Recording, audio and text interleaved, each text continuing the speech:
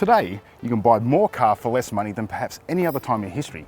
I think you'd be hard pressed to find a more affordable new car than one in the microcar segment. Now, the segment may not be the most glamorous, but it is crucially important. That's right. We've put together 5 of the most popular choices vying to be the ideal My First Car. And we are going to put each one to the test.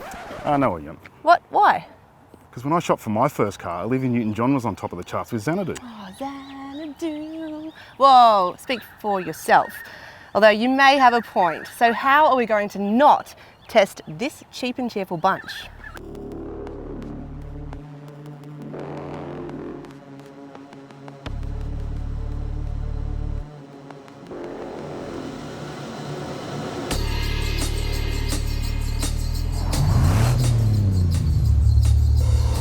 I think we've solved the problem. We've got a bunch of people from the Car Advice office and they're all right in the target age range for these type of vehicles. That's right. Early 20s, full-time employed, city dwelling and full of hopes and dreams. Oh, those were the days.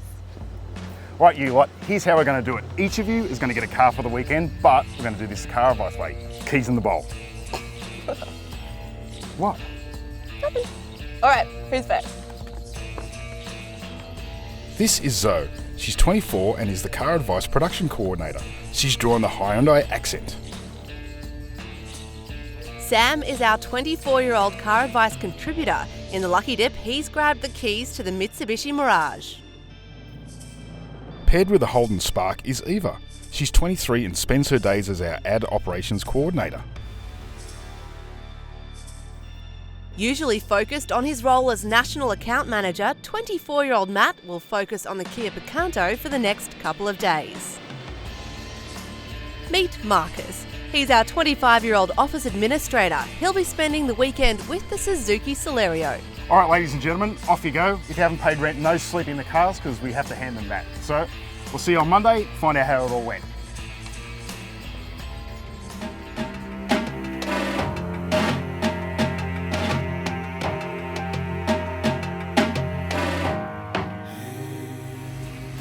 What are we going to do this weekend? We have no wheels. Guess I need a long walk anyway. Taxi! So Tegan, how's your weekend? Mine was really nice and relaxing. How was yours? A lot of walking, funnily enough. Well, looks like our road test guinea pigs all made it through safe and sound. Oh, the cars or our young testers? Well, the cars all look fine. I'm not sure about our drivers yet, though. Probably depends on what they got up to on the weekend. Yeah, when you're young, they're probably up to a bit of freedom. Freedom! Left work about 6 o'clock on Friday. Got to sit in the lovely Sydney traffic for about 40 minutes to get home. Went via my girlfriend's work to pick her up and got home after a lot of travel with a very sore back. Did a bit of a combination of city driving, freeway driving, And then weekend, drove it over to my parents, which again, had a sore back. I went to Bunnings and IKEA. Took it down to the beach one day, struggled to fit a surfboard in there. I went out for Mother's Day with my little cousins in the back and my mum in the front. And then I just drove it in this morning. And again, had a sore back. Well, that was exciting. When I was young, Oh, here he goes. look, it's not like I spent the whole of my youth in the backseat of my car. Oh, la la la, let's move on. Okay. Let's find out what our testers liked about their cars. to be honest, there wasn't many positives. I really liked how it's steered. That it was super zippy and easy to park. Daytime driving lights, I think that really adds to the look of a car when it's got those on. It's just a very comfortable car on the open road. In terms of steering, definitely, it steers a lot better than my own car. God love my Subaru, but yeah, this was quite surprising. Well, surprisingly, it's, other than the seats, quite a good ride. Like, eats up potholes, speed bumps, like not even there. Take them faster than my parents' RAV4. That's fair enough, but did they find anything to hate? Hate is such a strong word. How about we go with disappointments? Absolutely gutless. Like, trying to come off an off street onto a main road, reasonably heavy traffic, and it was terrifying. Is that too harsh? I hated that it had no boot space, which is to be expected because it's a little car, but still could not fit anything in there. The power, it just feels very underpowered no matter what you're doing in the car. Everything you ask of the engine just seems like too much. That it was yellow.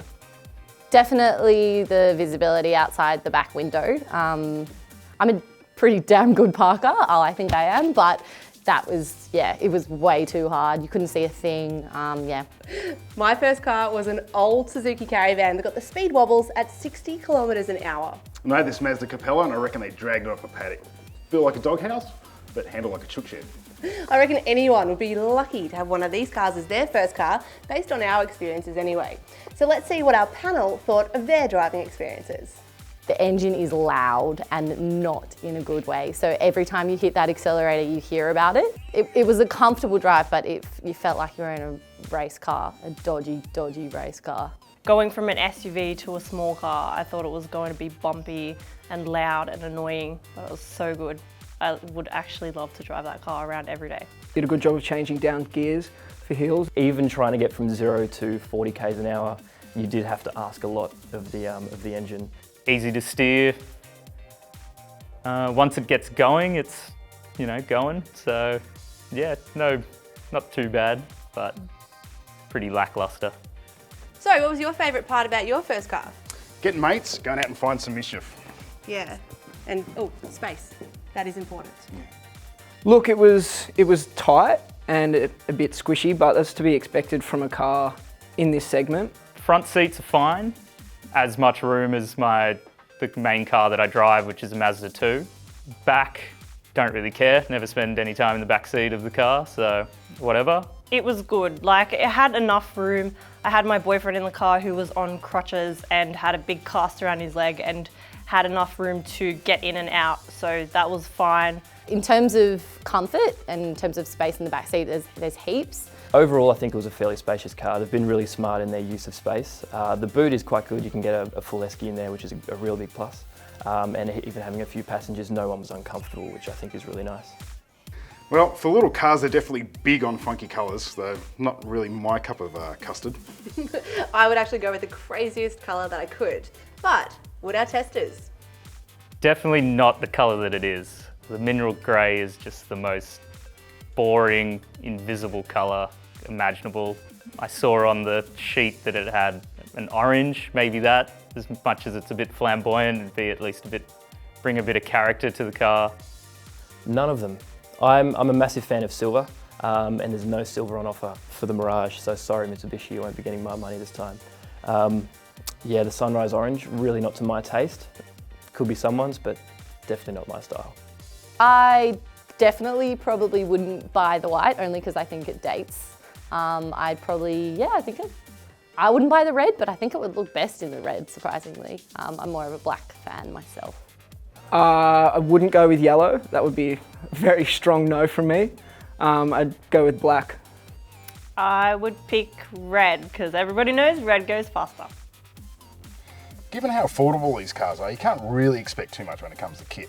God, I remember just how excited I was when I upgraded to a Holden Barina with a cassette player. Meanwhile, back in the 21st century, our crew rate the infotainment systems. Or in some cases, lack thereof. Piece of shit. I don't know. I really like the infotainment system. I think that was the best part about the car. Really good for people my age. I think that's something we really care about. So it had Bluetooth audio, Bluetooth phone. It took me 2 seconds to connect my phone up, which was awesome. And yeah, really great touchscreen. So yeah, it was awesome. Well, it wasn't very entertaining.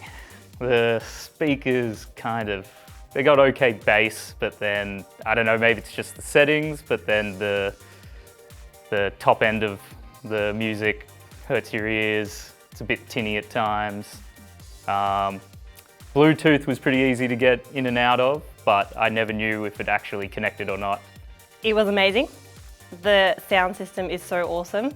The speakers don't shake when you put it up as high as you can, which I did. The infotainment system, it's nice and big, easy to use, touchscreen. Or lack of infotainment system in the car. Look, it had Bluetooth, which was good, and the Bluetooth worked really well. The interface I found to be really intuitive for something that didn't have an LCD screen or something like that. It was really easy to use, very self-explanatory. and the steering wheel controls were also very useful. So our testers clearly have different opinions of what to look for in a car.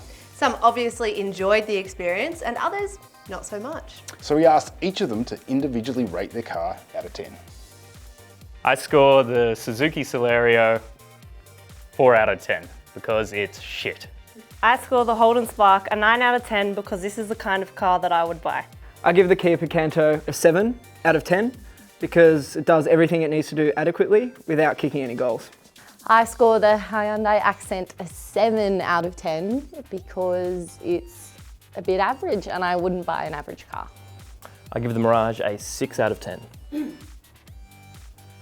The power just kills it. There's a huge difference between a 4 out of 10 and a 9 out of 10, but the thing is, none of our testers drove all 5 cars. Well, luckily, some of our more senior and seasoned road testers actually did. So to find out which of these 5 top the cheap and cheerful heap, check out our full written comparison.